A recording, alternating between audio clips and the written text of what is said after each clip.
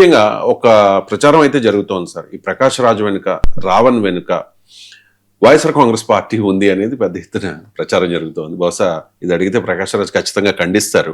రావణ్ భార్య కూడా స్పష్టంగా చెప్పింది కదా సార్, మాకు ఏ పార్టీతోనూ సంబంధం లేదు అని చెప్పేసి. ఏంటి సార్ వీళ్ళ వెనక వైసీపీ ఉందా? వైసీపీ కదా, ఇప్పుడు నాగేశ్వరన్ కల వైసీపీ ఉంది కదా. మీరే ఇప్పుడు ఇక్కడ ఈ పాయింట్ కట్ చేస్తారు.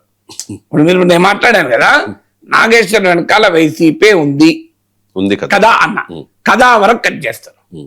ఇక్కడ వరకు నాగేశ్వర్ వెనకాల వైసీపీ ఉంది అని ఇక్కడ వరకు కట్ చేస్తారు. ఇప్పుడు చూడండి, మీరు కట్ చేసి టీడీపీ వాళ్ళు సర్క్యులేట్ చేస్తారు.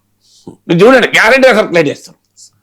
నాగేశ్వర్ వెనకాల వైసీపీ ఉంది, నాగేశ్వరే చెప్తున్నాడు చూడండి. ఇది ఇప్పుడు జరిగే పని. లైవ్ లో నిజం ఒప్పుకున్న నాగేశ్వర్ అని కేర్ పెడతారు.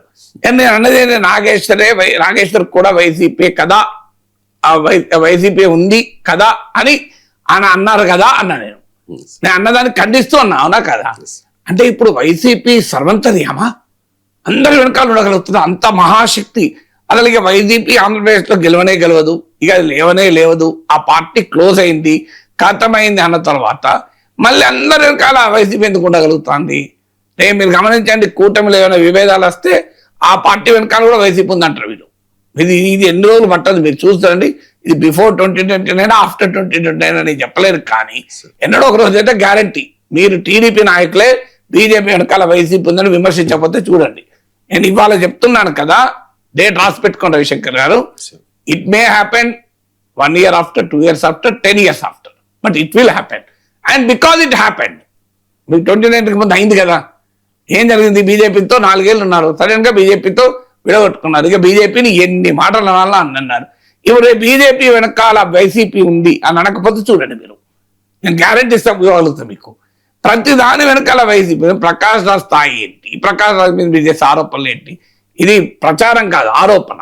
ఏ ఆరోపణ ఏంటంటే, టీడీపీకి కూటమికి అనుకూలంగా ఉండేటువంటి కొన్ని సోషల్ మీడియా ప్లాట్ఫామ్స్ పైన ప్రకాష్ రాజుకు నోటీసులు ఇవ్వబోతున్నారు, ఈవెన్ ప్రకాష్ రాజును కూడా అరెస్ట్ చేస్తారు అనే రీతిలో. ప్రకాష్ రాజు అరెస్ట్లో భయపడే వ్యక్తి కాదు. నేనే అడిగాను ఆయన, ఇంకా మీరు ఇక్కడ ఎందుకున్నారు, జైలు ఎందుకు లేదు అని. సో మీరు ఎప్పుడో జైలు ఉండాలి కదా అంటే ఆయన ఆన్సర్ కూడా చెప్పాడు దానికి. మీరు చూడండి, నా ఇంటర్వ్యూలో ఉంటుంది, నాకు ఇచ్చిన ఇంటర్వ్యూలో. సో ప్రకాష్ రాజు భయపడే అలవాటే లేదు. ఇప్పుడు మా ఇంటికి వచ్చారు, మా ఇంట్లో 2-3 గంటలు ఉన్నారు, భోజనం చేశారు, ఒక్కడే వచ్చాడు, సింగిల్ పర్సన్. ప్రకాష్ రాజు అంత భయపడేటోడు అయితే ఒక్కడే వస్తాడా? సింగిల్ పర్సన్ వచ్చాడు, 3 గంటలు ఉన్నట్టు సింగిల్ పర్సన్ వెళ్ళిపోయాడు. So that is Prakash Raj. మీకు అర్థం కాదు. ప్రకాష్ రాజ్ ఆయన మోడీకే భయపడలే, మీకు భయపడతాడా? ఆయన మోడీకే భయపడలేదు, మోడీ అరెస్ట్ చేయలేదు ఆయనను. ప్రకాష్ రాజ్ వెనకాల వైసీపీ ఉంది, ధ్రువరాజ్ వెనకాల వైసీపీ ఉంది, రవీష్ కుమార్ వెనకాల వైసీపీ ఉంది.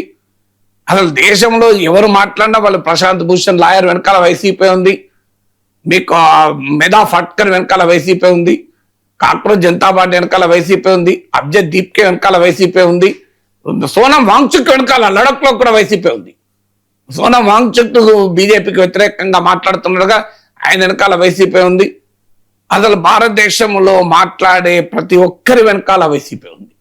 భారతదేశంలో ప్రభుత్వాన్ని ప్రశ్నించే ప్రతి ఒక్కరి వెనకాల వైసీపీ ఉంది అని చెప్పి వైసీపీకి ఇంత క్రెడిబిలిటీని, ఇంత లెజిటిమసీని, ఇంత విలువను కూటమి ఆపాదిస్తుంటే I think YCP should be very happy కదా. ఏముంది, ప్రకాష్ రాజ్నే మేము చక్రం తిప్పించగలుగుతాం. ప్రకాష్ రాజ్ మోడీకే భయపడే ప్రకాష్ రాజ్. సో వైసీపీ వెనకాల ఉండి నడిపిస్తున్నది అని సర్టిఫికేట్ ఇస్తే కూటమి. So why are you making YCP so glorious?